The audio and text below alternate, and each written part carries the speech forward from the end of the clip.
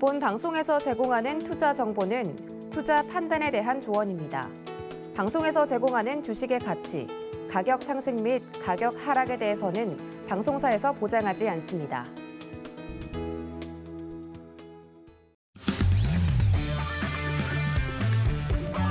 안녕하세요. 해외 시장 소식을 가장 빠르게 만나보는 시간, 해외선물 신세계 리턴즈의 손자희입니다. 네, 지난주 금요일 뉴욕 증시는 3대 지수 모두 반등에 성공하면서 상승 마감했습니다. 네, 기술주들이 좋은 흐름을 보이면서 나스닥이 1%가량 오르면서 가장 많이 올랐는데요. 하지만 이 워낙 최고점을 계속 경신해 오다 보니 여전히 지난주의 하락폭을 모두 만회하지는 못했습니다. 네, 시장은 잭슨홀 미팅을 주시하고 있는데요. 네, 코로나19 우려로 비대면으로 개최된다라고 전해지면서 또 이 연준 내 강경 매파인 카플란 총재의 델타 변이로 인한 비둘기파적인 발언이 나오면서 델타 변이 이슈가 계속해서 증시에 큰 걸림돌이 되고 있습니다. 네, 유가는 수요 둔화 우려에 7거래일 연속 내리면서 한 주 만에 약 9% 정도 하락했는데요. 네, 10년물 국채금리는 소폭 상승한 1.26% 선에서 거래 마쳤습니다. 네, 달러 인덱스는 9개월 들어서 최고치를 경신하다가 소폭 하락 마감했습니다. 네, 조금 전에 출발한 뉴욕 증시 3대 지수는 상승세 보이고 있습니다. 네, 해외 선물과 관련해서 궁금한 사항은 노란톡 통해서 문의 주시면 자세히 알려드리고 있습니다. 샵 0082로 신세계라고 보내주시면 참여 가능한 링크 보내드리고 있고요. 화면 하단으로 나가고 있는 QR코드 스캔하시면 바로 빠른 입장하실 수 있습니다.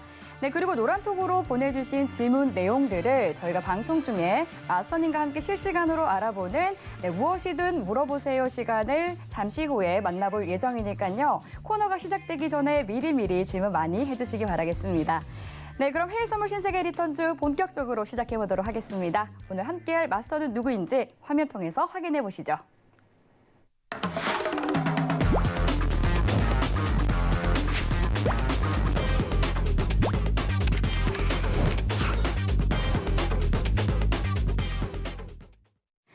네, 오늘 월요일 신세계 리턴즈는 해왕 마스터님과 함께하겠습니다. 반갑습니다.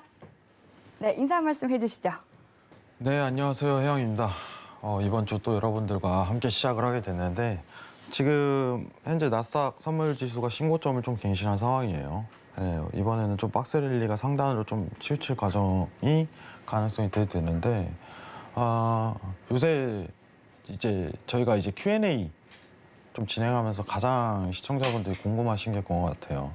최근 코스피 시장이 굉장히 좋지 않은 게 미국에 대한 어떤 전략 때문인가?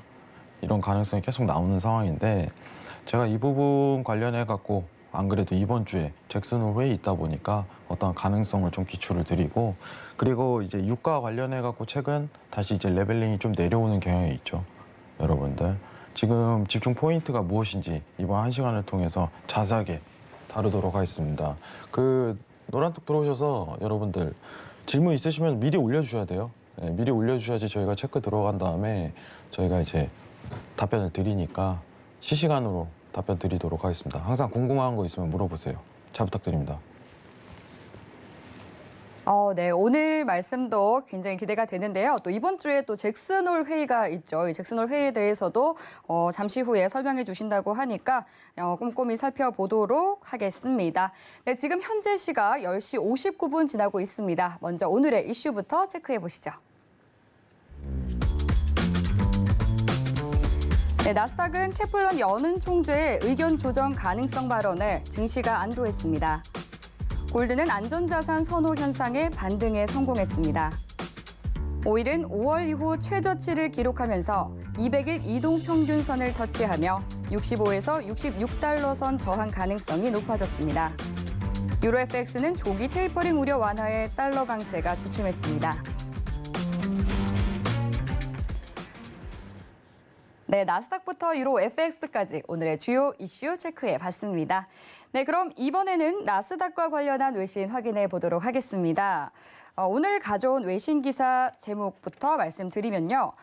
Fed officials will seek to avoid a tantrum as they keep taper talk going at key summit이라는 제목입니다. 이 미 연준은 잭슨홀에서 테이퍼링과 관련한 이야기로 긴축 발작을 피하기 위해 노력할 것이다라는 제목인데요. 이 텐트럼이 긴축 발작을 뜻하죠. 이 미 연준의 유동성 회수를 위한 긴축 전략은 앞으로 일주일 동안 시장의 중요한 이야기거리가 될 것이다라고 말합니다. 코로나19의 위험으로 인해서 잭슨홀 미팅을 비대면인 온라인으로 열게 됐는데요. CNBC에 해당 기사를 쓴 기자는 미 연준이 테이퍼링과 관련한 발언을 내놓더라도 긴축 발작을 피하기 위해서 부드러운 행보를 이어갈 것이다라고 말했습니다.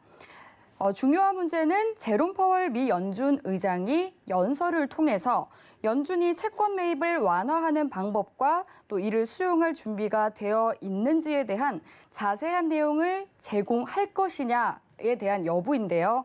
이 뱅크 오브 아메리카의 마크 가바나라는 미국 수석 전략가는 이번 회의에서 파월이 9월 회의에 앞서 어떠한 것을 내놓지 않을 것으로 본다. 라면서 이 큰 정책 관련 발표를 기대하지는 않는다라고 말했는데요. 이어서 파월 의장은 코로나19 이후 이뤄진 많은 진전에 대해서는 언급을 할 것이다라고 내다봤습니다.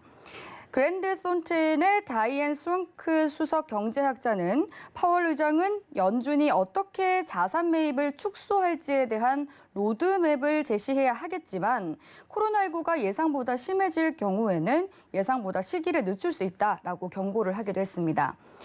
또 그는 이 지난 7월 회의 때보다 더 강한 컨센서스가 형성되고 있다는 것은 분명하다면서 그들은 자산 매입을 축소하려 하지만 브레이크는 밟지는 않을 것이며 가속 페달에서 발을 떼고 있을 뿐이다라고 말했습니다.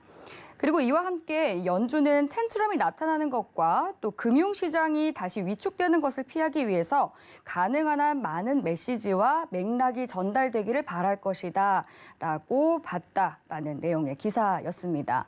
네, 이번 주에는 또 기존의 이 주택 판매와 내구재 판매 그리고 또 연준이 주시하고 있는 개인 소비 지출 지표와 인플레이션 지수 발표가 있는데요.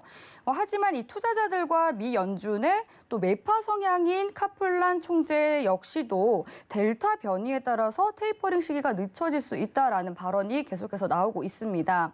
그래서 현재는 이 델타 변이 추이가 굉장히 중요한 지표가 되고 있는 것 같은데요. 이 해왕 마스터님께서도 지난번에 잭슨홀 미팅이 그다지 큰 시그널을 주지는 않을 수 있다라고 잠깐 언급을 한 바 있는데 이 CNBC 기사 역시도 맥락이 비슷한 것 같습니다. 네, 그럼 잠시 후에 보다 자세한 시황을 마스터님과 함께 이야기를 나눠보도록 하고요. 먼저 현재 나스닥 시세부터 살펴보고 오겠습니다. 현재 나스닥은 0.9% 상승한 15,222포인트 지나고 있습니다. 네, 그럼 현재 지금 나스닥 구간에서는 어떤 대응 전략 가져가야 할지 팻말 통해서 확인해 보겠습니다. 팻말 준비해 주시고요. 들어보겠습니다. 하나, 둘, 셋. 매수 들어주셨습니다. 네, 지금 차트만 좀 간단하게 보도록 할게요. 네. 지금 나스닥 지금 보시는 분들, 미증시 보시는 분들 일단은 신고점이 좀 갱신이 된 상황이에요. 선물지수로. 네, 월물 좀 표현하자면은 잠시만요. 네, 9월물입니다. 네. 21년도 오늘도 9월물. 잘 나가네요. 이 박스권을 좀 깼어요. 지금 상황이. 오. 여러분들 차트 좀 간단하게 보자면은 네. 여기서 이제 저점 구간 내에서 이제 박스로 상단까지 올라갈 가능성이 높은데 지금 일단은 여러분들한테 좀 얘기 드리고 싶은 게 내일 좀 주식시장이 괜찮을 것 같아요. 와. 근데 우아할 정도는 아닌데 네. 왜 그러면 좀 이따 설명을 드릴 거예요. 지금 증시가 너무 바닥권에 있기 때문에 최근 어떤 다시 한번 올릴 수 있는 구간대가 확보되긴 하는데 일단은 결론 코스피 관련해서는 좀 이따 얘기를 드리도록 하고 지금 나스닥 관련해갖고 여러분들 포인트를 좀 집중을 보자면은 이 지금 파동이요 금요일부터 이어져온 파동이거든요. 이제 단기간에 좀 들어간 파동이 아니라 지금 원래 같은 경우였으면 아까 이제 박스권에 대한 가능성이 제기가 됐다면은 박스권 60분 봉에서 이 자리에서 고점을 맞고 이제 눌림장이 들어갔어야 돼요. 근데 지금 이게 상단에 이탈이 드러났다는 거는 추세에 대한 이제 기울기 확장 패턴이 나올 가능성이 굉장히 크게 제기된다 이거거든요. 근데 지금 문제가 뭐냐면은 그 다음 확장 추세로 이어지는 상단 국면이요 얼마 안 남았어요 사실. 어디까지 도달 가능성이 있냐면은 자 12,000 이제 250포인트까지 12,250포인트 도달 가능성이 지금 현재 제기됩니다. 자 그럼 우리가 지금 구간에서 제가 매수를 든 건요 단기만 봐야 돼요. 단기만. 지금 이제 급매도를 보기에는 추세가 너무 정배열이기 때문에 이제 다시 한번 박스로 내려오겠다는 가능성보다 이 상단에서 머물고 끝날 가능성이 굉장히 큰 상황이에요. 차트 구조상. 자 그러면은 지금 지지값 있죠. 이 포인트 여기 보시면은 15,200포인트 매수 15,250포인트 익절값 이렇게 대변하고 오늘 장 끝내버리는 게 제일 낫습니다. 현재 상황에서. 왜냐면은 지금 만약에 변곡으로 급매도 최근 매수장 떴다 매도장 떴다 이러죠. 그게 연출이 되려면요 15,000 이제 130포인트 이탈까지 완전하게 뚫고 내려가야 돼요. 한참 시간이 걸린다는 소리죠. 상황이. 지금 단기 트레이딩 구간에서 단기적으로만 좀 대응을 하시고 마무리 단계로 들어가셔야 돼요. 유구함만 좀 보시는 걸 추천드려요. 아시겠죠? 자, 일단은 지금 어떻게 보면은 지금 시장에 대한 어떤 앵커님께서 이제 컨센서스 관련해 갖고 예상 과정을 좀 얘기를 해주셨는데 좀 자세하게 한번 판단을 해보도록 하보죠. 네. 이번 주 이제 하이라이트잖아요, 여러분들. 기다리고 기다리던 잭슨 홀레이. 네. 예, 근데 뭐 어쨌든 제가 계속 강조하는 내용은 똑같은 거예요, 여러분들. 다 알고 있다. 그게 제일 하이라이트예요. 다 알고 있다. 예. 다 아는 내용을 가지고 지금 상황에서 대변해봤자 크게 의미가 없습니다. 그러면은 지금 어쨌든 간에 테이퍼링 들어간다는 건 사실상 이제 기정화 사실에 굉장히 가까워졌어요. 네. 네. 근데 뭐가 집중 요소인지, 뭐가 이제 어떤 이제 환율에 대한 변동값을 잃을 것인지, 이게 증시에 영향이 있을 것인지 이 부분에 대해 설명을 드렸지만은 한 번 더 체크를 한번 해봅시다. 그리고 마무리로 코스피까지 한번 볼게요. 그런데 저 질문이 있는데요, 마스터님. 네네. 나스닥은 이제 박스권 상단을 깨고 지금 계속해서 날아가고 있잖아요. 근데 왜 이렇게 힘이 좋고 계속 상승하는 건가요? 그러니까 사실상 어떻게 보면은 지금 현실적으로 우리가 이제 제가 좀 집중할게 채권 금리라고 얘기를 했는데 돈이 증시에서 안 빠져나오는 거예요. 당분간은. 당분간은. 여전히 갈 여전히. 곳이 없기 때문에. 네, 돈이 갈 데가 아직은 없는 거예요, 현실상. 지금 뭔가 이제 제도화를 시키고 은행권에서 이제 국채를 사들이게끔 뭐 제도화를 마련하고 이랬지만은 현실상 지금 테이퍼링을 한다고는 하지만은 여러분들 테이퍼링이라는 것도 어쨌든 채권을 사들이고 있는 과정 중 하나예요. 자, 1,200억 달러를 하는데 테이퍼링을 진행한다고 해도 1,000억 달러를 사고 있는 거고 그 다음 달엔 800억 달러 사고 어쨌든 사는 거예요. 돈이 공급이 된다는 거죠. 그 와중에도 종료할 때까지는. 그죠? 실질금리에 대한 어떤 이제 금리가 저레벨 평가가 들어가는 구간 내에서 돈은 계속 부으면 부을수록 아직까지는 그 상황이 계속적으로 연출되는 거죠. 지금 뭐 이제 어떤 가능성만 대두되고 있지 제가 계단식 상승을 이룬다고는 얘기를 했어요. 계단식 상승. 근데 작년과 같은 상황을 못 이룰 거다. 작년과 같은 상황. 이 얘기를 했죠. 작년과 같은 상승률. 그건 기대하지 말자. 지금 굉장히 이제 상승이 또 제한적일 겁니다. 앞으로. 근데 이 부분에 대해서 설명을 드릴게요. 네. 자, 여러분들 일단은요. 달러 상황이 왼쪽 차트고 오른쪽이 미증시 차트예요. 확연하게 좀 두 개의 상황이 다른 건 뭐냐면은 달러는 추세에 대한 방향성이 결정이 돼 있어요. 자, 증시는 아닙니다. 증시는 확장 파동으로 이렇게 국면으로 들어갈 가능성이 굉장히 높은데 자, 달러에는 영향값을 테이퍼링을 굉장히 많이 받지만은 증시에는 영향을 받지 않는다. 이게 핵심이에요. 이게 지금 시장에서 어떤 이제 유튜브라든가 막 내용이 이제 테이퍼링이 막 불거지니까 아 이거 테이퍼링 영향 아니야? 테이퍼링 영향 아니야? 막 이렇게 얘기하고 있지만은 그럼 달러 따라 가야 돼요. 이 영향을 받았으면 정확하게. 그죠? 우리는 코스피만 보니까. 근데 미증시는 지금 시장 상황이 다르단 말이죠. 코스피 또 올라갈 거예요. 테이퍼링은 무르익었는데 또 코스피 올라가면은 그럼 이건 테이퍼링 영향 아니었네? 이렇게 되는 거죠. 상황이. 자, 환율에는 영향받고 증시에는 영향값이 적은 이유는 실질금리 때문이다. 예, 여러분들. 돈은 푸는 거는 줄일 가능성이 돼도 되지만은 돈 푸는 거 줄인다고 해갖고 증시에는 영향력이 없다. 여러분들. 왜냐? 그만큼 니즈를 시중은행이 만족하는 상황이기 때문에 지난 영상 한번 참고해 주시기 바랍니다. 그러면은 지금 일단은 잭슨홀 회의에서는 어떤 가능성에 대한 언급만 나올 가능성이 높아요. 근데 뭐라고 하겠는지 딱 시나리오가 나올 거예요. 지금 시장 시나리오가 가장 이제 귀추가 주목되는 포인트는 여러분들 딱 집중하셔야 됩니다. 공식화를 몇 월에 할까 이거예요. 과연 연준은 테이퍼링에 대한 공식화를 몇 월에 할까? 만약에 이번 잭슨홀에서 굉장히 적극적으로 나선다면은 9월이 가능성이 높은 거고,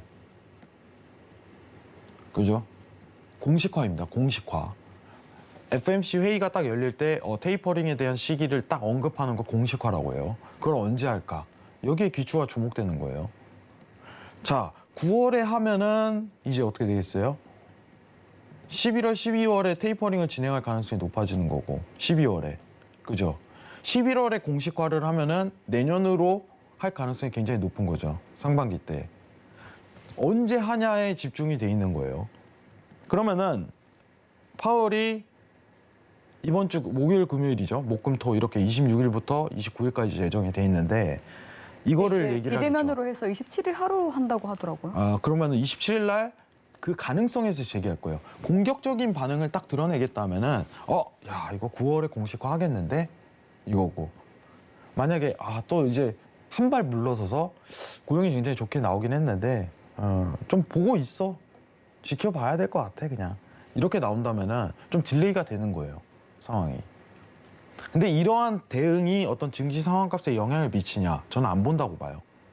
어떤 영향력이 굉장히 국한돼 있고 제한적이다. 이렇게 좀 평가를 하고 있습니다, 여러분들. 자, 내용 한번 읽어볼게요. 7월 FOMC 의사록을 통해 연준 자산 매입 축소에 좀 더 다가섰음이 확인됐다. 이렇게 평가하고 있죠. 자, 7월 FOMC 회의 열리고 나서 이제 달러에 대한 강세가 딱 열렸는데 8월 비농업 고용지수가 딱 터지니까 그때부터 더 추가적인 강세가 뜨기 시작을 하는 거예요. 왜냐? 시장은 반영하는 거거든요. 그때부터 테이퍼링을. 달러에는 즉각 반영을 하죠. 근데 증시는 아니에요. 계속 박스권을 맴돕니다. 영향력이 없다는 거예요. 자, 그럼 지금 중요할 게 어떻게 보면은 지금 시장에 대한 예상치는 12월 또는 1월입니다. 두 개의 가능성을 여러분들이 딱 놔야 돼요. 이번 잭슨홀 회의에서 나올 말이 12월에 시작을 하냐, 1월에 시작하냐, 이게 딱 가능이 잡히는 거예요. 왜냐면 어떤 확률학이잖아요. 지금 현재 상황에서는. 어떤 가능성만 제기되는 거지, 12월에 합니다. 이렇게 나오진 않아요. 자, 보도록 할게요. 자, 잭슨홀 회의 미팅에서 연준이 테이퍼링을 공식적으로 언급할 가능성은 낮다. 너무 당연하죠. 너무 당연한 거예요. 그냥 재료만 던지는 거예요. 재료만. 시장 상황 굉장히 좋다. 아주 굿이야. 이것도 이제 재료가 던지는 거예요, 여러분들. 자산 매입 축소 여부는 어떻게 있으면은 9월 초에 나오는 8월 고용 지표의 시장에 추가 진전이 달려있기 때문이다. 그럼 지금 시장은요, 잭슨홀은 어떤 이제 적극성에 대한 부분이고 한 번 더 확인이 필요할 9월 고용 지표 있죠. 여기가 하이라이트라는 걸 언급하는 거예요. 지금 이 시장에 대한 리포트는. 저는 여기에 공감을 합니다. 왜냐? 9월까지 완전히 고용 지표 회복값 들어가 버리면은 이거 지금 빼박되는 거거든요. 무조건 해야 되는 거예요, 상황이. 확정이 들어가 버렸으니까. 만약에 근데 9월에요, 완전 반대로 고용 지표가 하락을 해봐요. 와, 이제 시장 난리 납니다. 제가 그때는. 좀 혼돈의 카오스. 네, 혼돈의 카오스가 이제 들어가는 거예요, 진짜로. 네. 왜냐면은 시장은 모두 한다고 예상을 하고 있는 상황에서 반전 상황이 나와버리면은 진짜 뒤집어지는 겁니다. 그 가능성은 근데 지금 현재 시점에서는 굉장히 낮아요. 왜냐면은 실업급여도 이제 종료를 했기 때문에 고용이 회복값을 들어갈 가능성이 굉장히 높은 상황이기 때문에. 자, 근데 여기가 하이라이트예요. 월말까지 국채 10년물 금리는 1.2에서 1.4%내 흐름을 예상한다. 지금 국채 금리는 변동성을 가지기 힘들다는 게 현실인 거예요. 이게 무슨 뜻이냐? 여러분들이 제일 중요하게 생각하는 증시에 대한 흐름값이 박스권으로 맴돌 가능성이 굉장히 높다는 겁니다. 아직까지, 월말까지. 그죠? 이게 하이라이트예요, 여러분들. 증시는 결국 이거예요. 현재 상황이. 박스권을 흐름을 가질 가능성이 굉장히 높다는 부분. 자, 달러에 대한 추세 변동성은 아직 큰 뒤틀림이 없습니다. 어쨌든 간에 잭슨홀 나오고 어떤 가능성 대도 되고, 그리고 이제 비농업 고용지수 회복 오르면 계속적으로 상승 추이를 들어갈 가능성이 높은데, 우리가 원하는 증시에 대한 값은 미 국채 금리 1.2%에서 1.4%, 이 레인지가 구성이 된다면은 힘들다는 거예요. 힘들다는 거.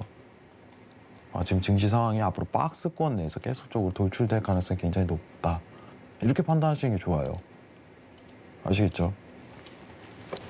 자, 지금 한번 볼게요. 지금 확률이에요. 확률. 테이퍼링 언제 할 수 있을지. 자, 12년도 이제 21년도 12월에 대한 그래프와 그죠? 1월에 대한 그래프. 자, 지금 상황에서는 어쨌든 간에 1월이 좀 더 확률적으로 높죠. 시작 날짜입니다. 테이퍼링 시작 날짜. 그러니까 이게 거의 지금 반반이에요. 여러분들. 이번 잭슨홀에서 가능성이 바뀌는 겁니다. 그러면은 달러 강세에 대한 기간이 바뀌는 거죠. 강세에 대한 모멘텀 기간이 변경될 수 있다. 내년 1월로 미뤄진다면 한 달에 대한 연장선, 강세 구간, 이 포인트만 바뀌는 거예요. 이번 잭슨홀 회의에서는 어떤 이제 시기에 대한 부분, 그 가능성에 대한 귀추 부분이 집중이 될 거예요. 여러분들, 이게 포인트입니다. 크게 중요하지가 않아요. 왜냐, 시장 참여자들은 모두가 예상을 하고 있는 포인트이기 때문에, 모두가 예상하는 포인트이기 때문에 큰 변수가 드러나지 않을 가능성이 굉장히 높다. 이 부분을 좀 집중을 해봐야 됩니다. 시작할 때 그 앵커님께서 그 얘기를 했죠. 그 긴급 발작 네. 관련 내용. 그 2013년도에 테이퍼 팬트럼 긴급 발작이 일어났었는데 그 가능성은 굉장히 낮아요. 그거는 갑작스럽게 말도 안 되는 어떤 의장이, FOMC 의장이 2013년도에 기자회견에서 그냥 갑작스럽게 무슨 테이퍼링 한다고 언급해버리는 상황이라, 가만히 있다가 아무도 예상 못하는데 우리 테이퍼링 할 거야. 난리 난 거예요, 전 세계가. 지금은 그 상황이 아니에요. 그 가능성 거의 없습니다. 거의 없고, 이번 잭슨홀 회의에서는 12월이냐 1월이냐 이 확률에 대한 가능성 추정치, 변화값 이 정도인데, 시장에 대한 큰 변화값을 모색하기 굉장히 힘든 잭슨홀 회의일 것이다. 오히려 귀추가 좀 주목되는 게 다음 달 9월 고용지표죠. 9월 고용지표. 좀 더 빨리 당길 수 있을지 확정이 거의 두드러지는 시기이기 때문에 이 부분을 좀 집중을 하셔야 됩니다. 자, 그러면 우리가 이제 코스피를 한번 봐야 되는데, 여러분들, 제가 일단은 언급을 먼저 좀 드리도록 할게요. 어떤 가능성이니까 여러분들 좀 집중해서 귀담아 들으시기 바랍니다. 지금 제가 미국채 금리가 박스 랠리에 대한 구간이 계속적으로 들어갈 가능성이 높다고 했는데, 지금 러셀 지수랑 코스피를 비교한 차트죠. 똑같이 가고 있다고 판단하시고, 지금 러셀 지수를 보는 이유는 결국은 미 증시의 영향을 너무 많이 받는다는 한국 증시의 현실을 여러분들한테 말씀드리고 싶을 뿐이에요. 그러면은 지금 이 구간 내 있죠. 여기 보시면, 그죠? 제가 여기 밑에 뭐라고 썼어요? 포트 조정의 기회장이라고 썼죠. 포트 조정 기회장. 미국채 금리가 올라갈 수 있는 가능성에 대한 시기는 4분기로 보고 있어요. 테이퍼링을 지금 시장 반영이 이미 들어가고 있는 상황입니다. 달러값만 보더라도 알아요. 근데 증시는 아니라는 거예요. 왜냐? 미국채 금리가 밑바닥에서 길 만한 환경 여건이기 때문에. 그죠? 그러면은 지금 이 박스 랠리에 대한 구간이 들어갈 거예요. 그럼 증시에 대한 어떤 지금 요새 이번 달 8월 들어가지고 이제 좀 진입가가 포인트가 안 좋으신 분들은 좀 물려 계신 분들이 굉장히 많을 수밖에 없어요, 상황이. 그럼 반등을 할 거예요. 저는 내일부터 이제 반등 구간이 좀 들어갈 가능성이 굉장히 높다고 판단하고 있습니다, 코스피가.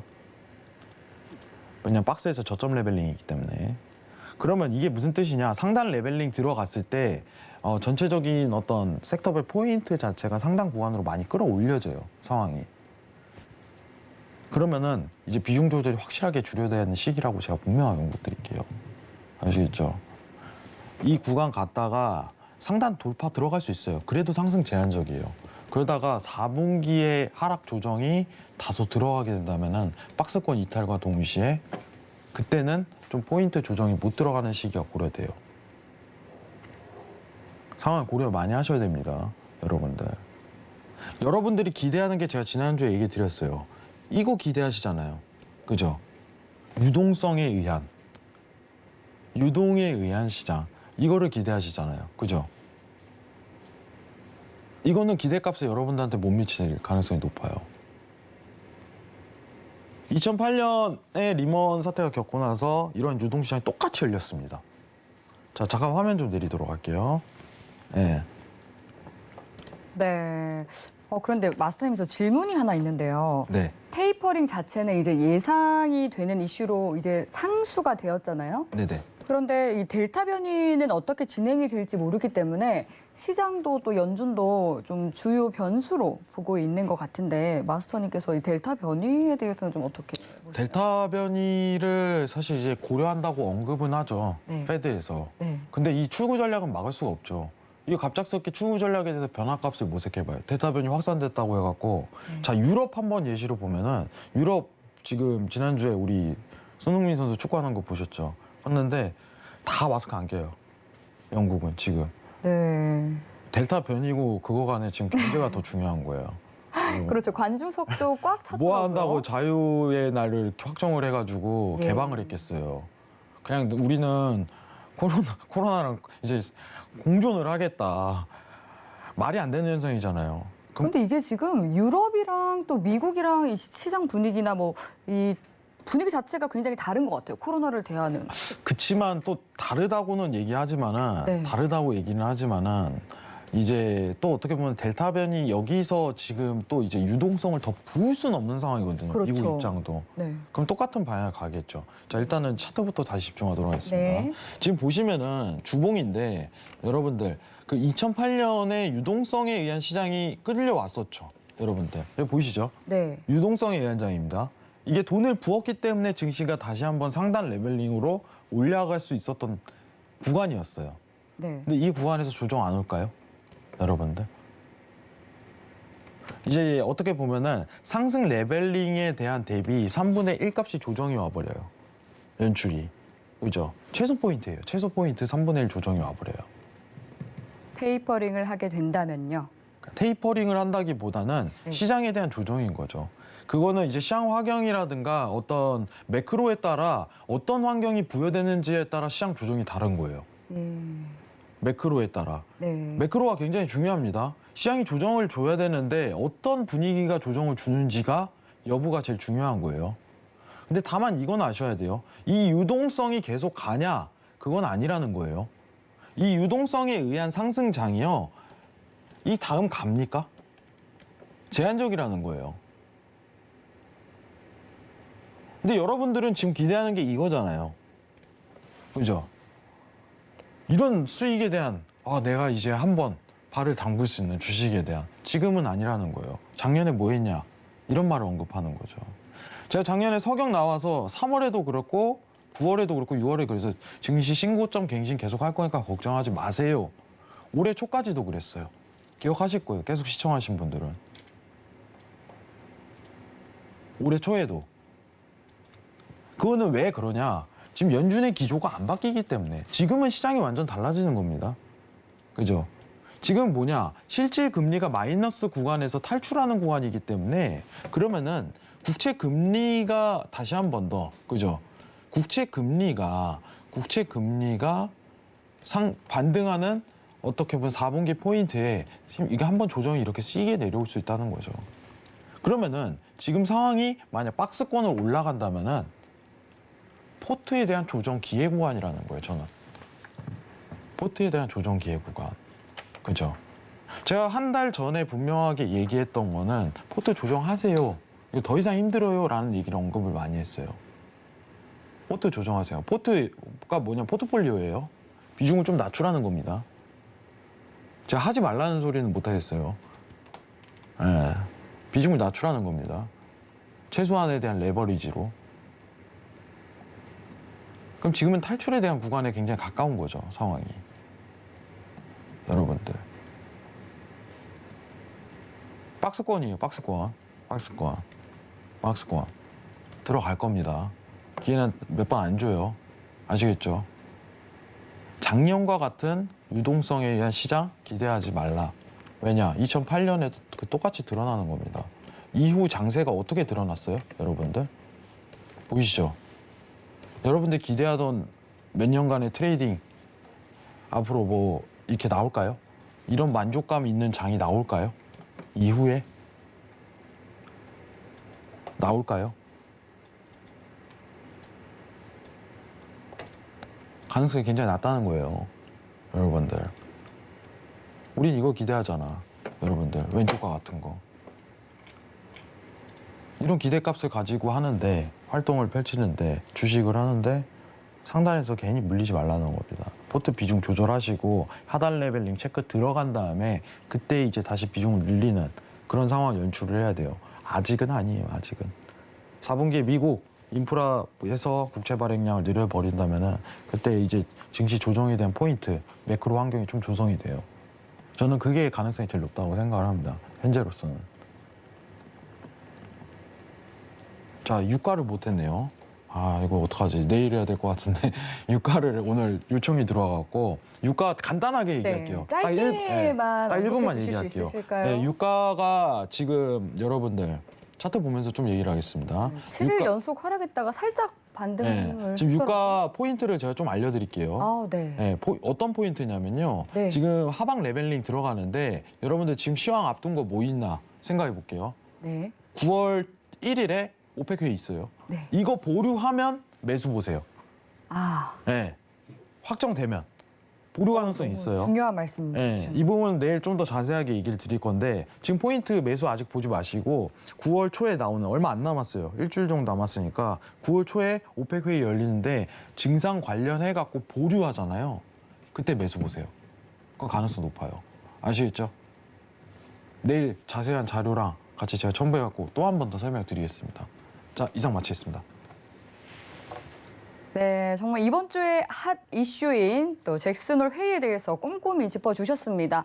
잭슨홀 회의보다는 사실 9월 고용 지표가 더 중요한 하이트로 밑줄짝 별표 5개 쳐야 한다 이렇게 말씀해 주셨고요. 네, 그리고 국채금리는 1.2%에서 1.4% 사이에 박스권이 예상되기 때문에 증시 또한 박스권 이어갈 가능성이 높다. 그리고 4분기에 조정이 올 수 있다라는 꿀팁까지 챙겨주셨습니다. 네, 그리고 유가 관련해서는 내일 더욱더 자세하게 이야기 짚어주신다고 하니까요. 내일도 본방사수 해주시기 바라겠습니다. 네, 그럼 지금부터 노란톡으로 접수된 해외 선물의 모든 궁금증을 해결해보는 무엇이든 물어보세요 시간을 가져보도록 하겠습니다. 네, 먼저 참여 방법 화면 통해서 확인해 보시죠.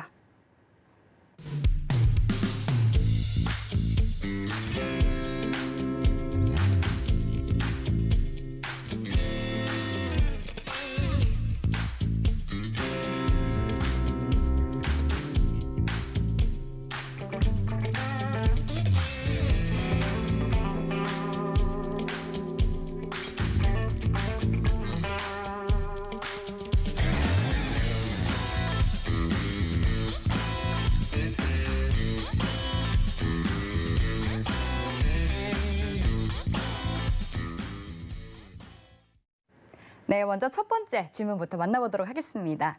네, 조막손님께서 주신 질문이고요.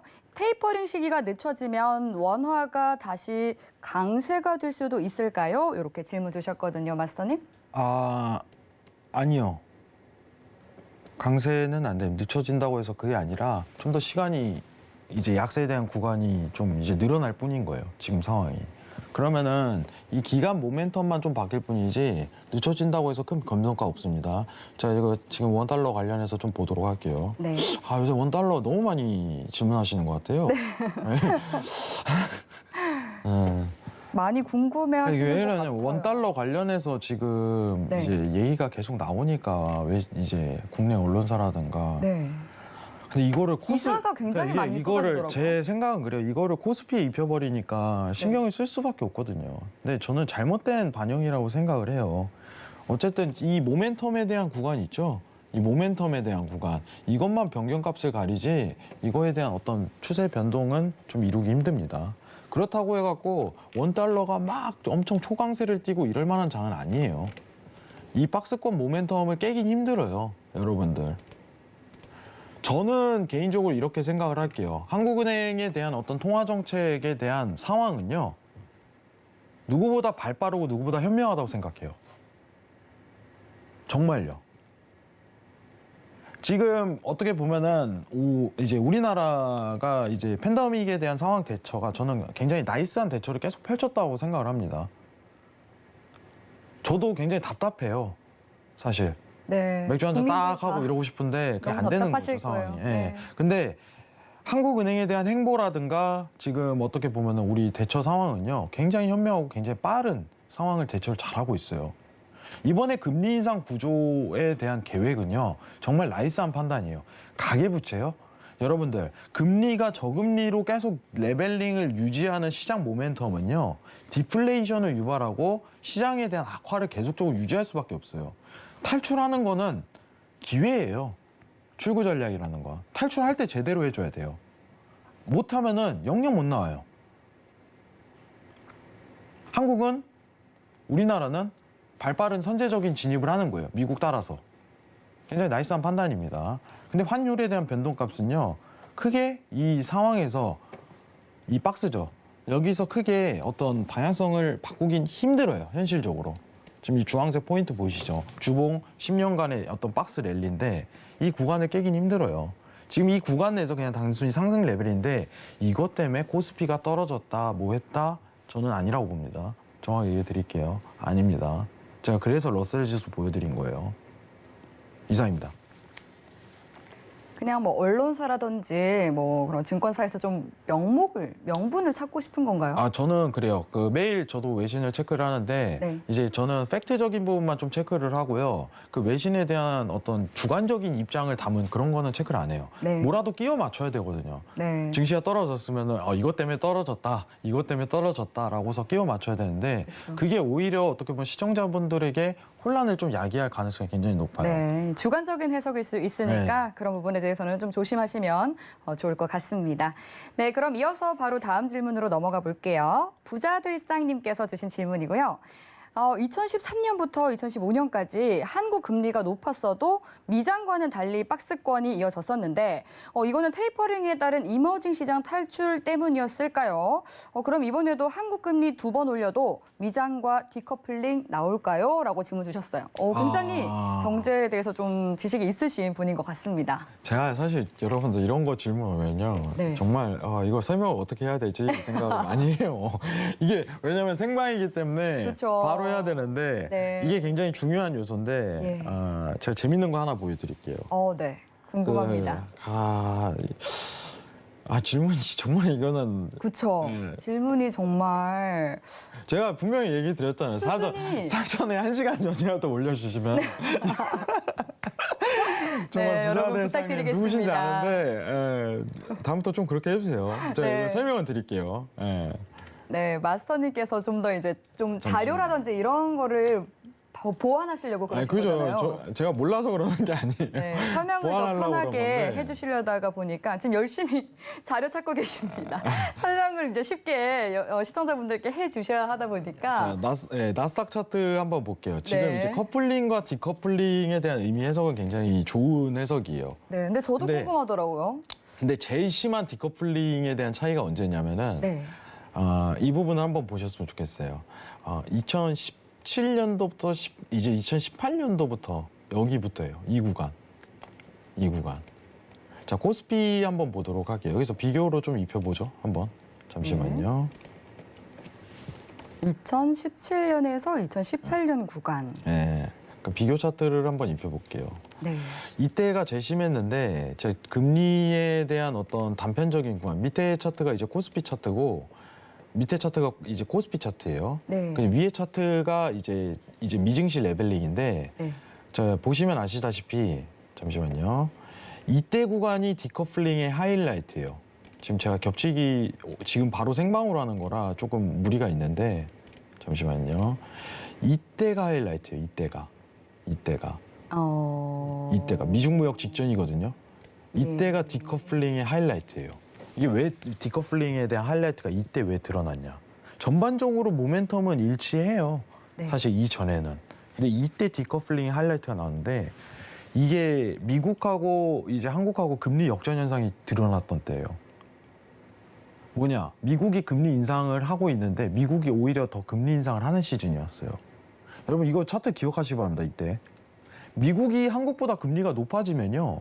미국이 아무리 증시 올려도요. 한국 하락 레벨링 올라가요.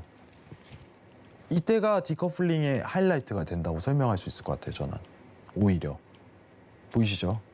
우리나라는 변동성이 그렇게 큰 장세가 아니에요. 미증시 대비해갖고 여러분들 미국 보세요. 우리나라는 이제 상한선이 있잖아요. 하루 상한가, 하한가. 미국 그런 거 없습니다. 갈 때까지 가버려요, 그냥. 무섭죠. 그렇기 때문에 유동성 이제 진폭이 다른 거예요. 그다음에 영향이 굉장히 많이 끼치긴 하지만은 우리나라는 굉장히 그나마 금융시장이 안정권이 있는 겁니다. 여러분들. 근데 이때 디커플링을 논의하려면은 한국 증시와 미국 증시 비교하면서 2018년도 이때부터 한번 보시는 걸 좋아요. 17년도 말부터. 왜 그러냐면은 미국이 엄청나게 강하게 금리 인상을 계속적으로 시도할 텐데 한국은 더 이상 안 했어요. 되게 센세이션했어요. 그때 한국은행은. 근데 이게 정말 어떤 신의 한 수가 됐었죠 이때. 그랬군요. 왜냐하면 금리 인상을 한다고 해갖고 굉장히 좋은 게 아니에요. 네. 그때 2.5 레벨링, 2.6 레벨링 막 이렇게 올리는데 이제 한국은행이 갑작스레 그때 한국은행 욕 엄청 먹었어요. 왜냐면 왜 안 올리냐? 니네 때문에 그런 거 아니냐? 독자 노선을 갔네요. 그죠? 근데 이게 위험한 거죠. 시장에 대한 어떤 부채 레벨링을 더 높일 수 있는 구간대고 위험 레벨링이 계속적으로 이제 상황을 끌어올리는 게 때문에 한국은행은 어떤 부채에 대한 상황과 이 부분은 증시에 대한 상황 두 양면성을 다 고려해야 돼요. 상황이. 미증시가 굉장히 고점 레벨링이 가고 있음에도 불구하고 너무 부담감이 큰 상황이었었죠. 네. 그래서 갑작스럽게 한국은행은 금리 인상 안 한다는 딱 대개적으로 계획을 잡고 미국은 금리 인상을 계속하는데 여기서 디커플링이 제대로 발생해요. 이 전에 대한 부분은 저는 커플링, 디커플링을 논의할 구간은 아니라고 봅니다. 디커플링을 제대로 논의하고 싶으면 2017년도 말 금리 역전이 일어났을 때 이때 제대로 틀어졌어요.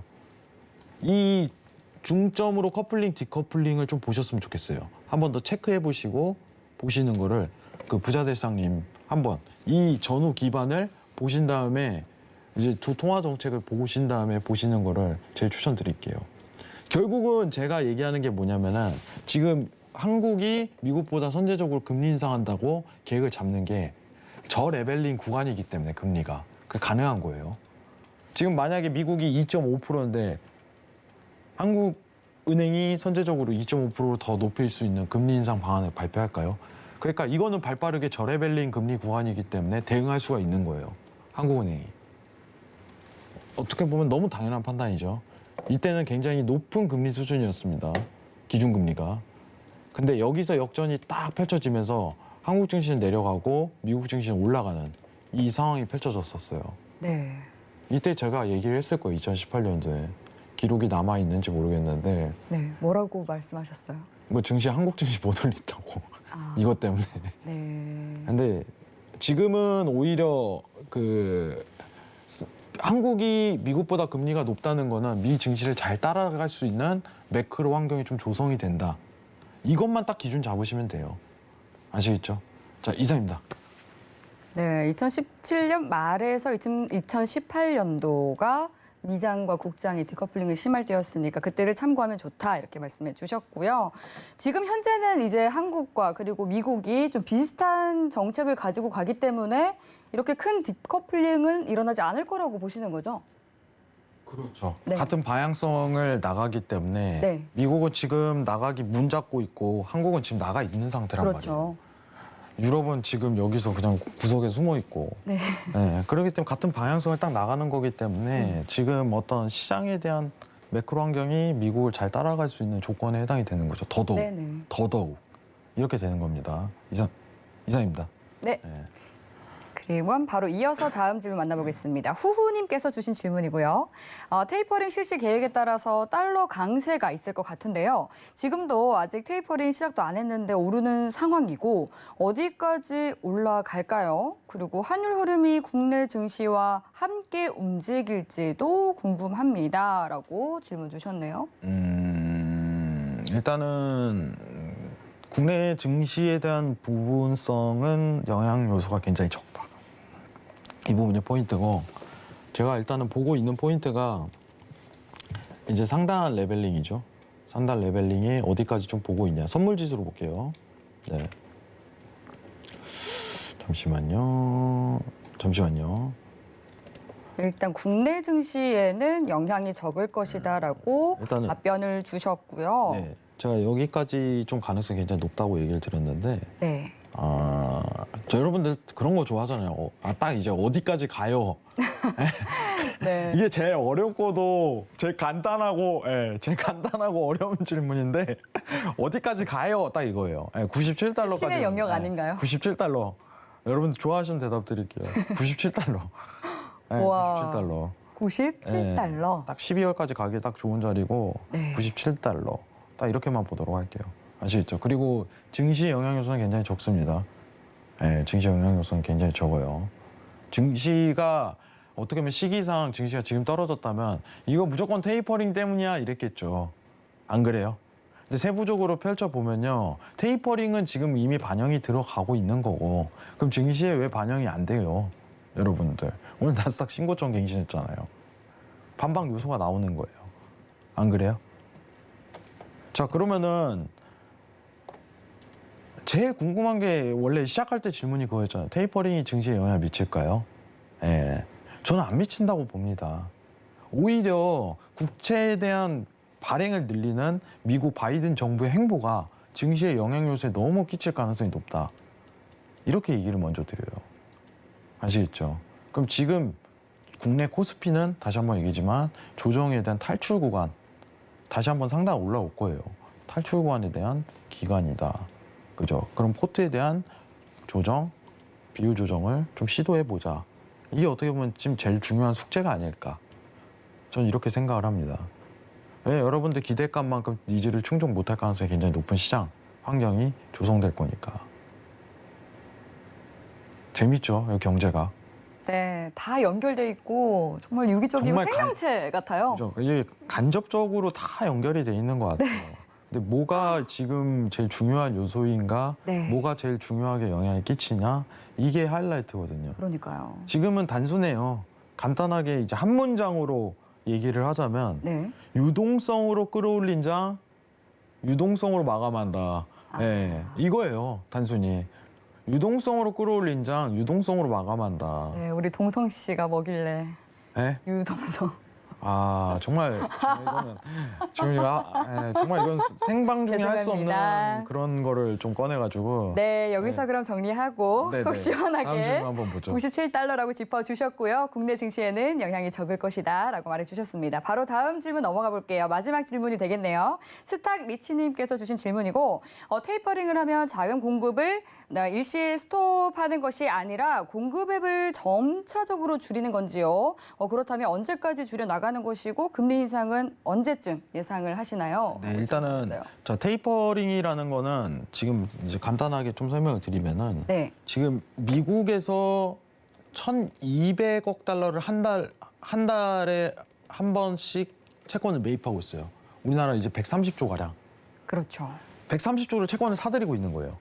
누가? 중앙은행이. 그럼 테이퍼링을 딱 개시를 하잖아요. 그러면은 월별 줄입 금액을 딱 정해요. 네. 월별. 지금 예상치는 200억이에요. 6개월 내 단기간 축소 예상하고 있는데, 만약에 1월에 개시를 한다. 내년 22년도. 그러면은 2월에 1,000억을 사요. 이렇게 가는 겁니다. 1,000억. 자, 3월에 800억 가요. 그리고 이제 종료를 하는 거죠.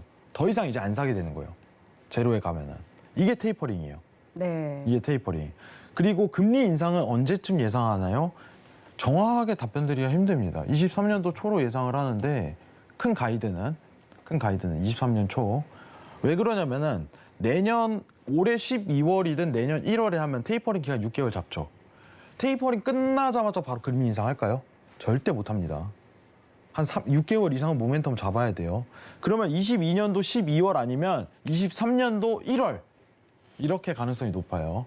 자, 그리고 질문 좋은 내용 아까 계속 올라왔었는데 네. 제가 점검한 다음에 내일 한 번 다 풀어버립니다.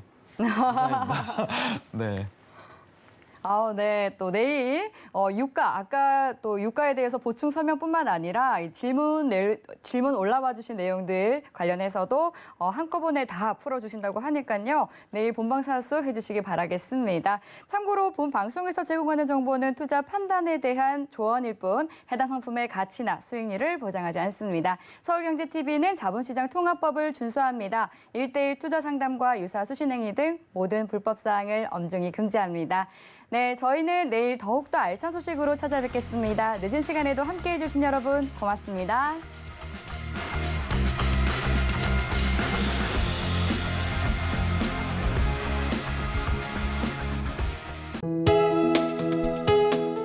본 방송에서 제공하는 투자 정보는 투자 판단에 대한 조언입니다.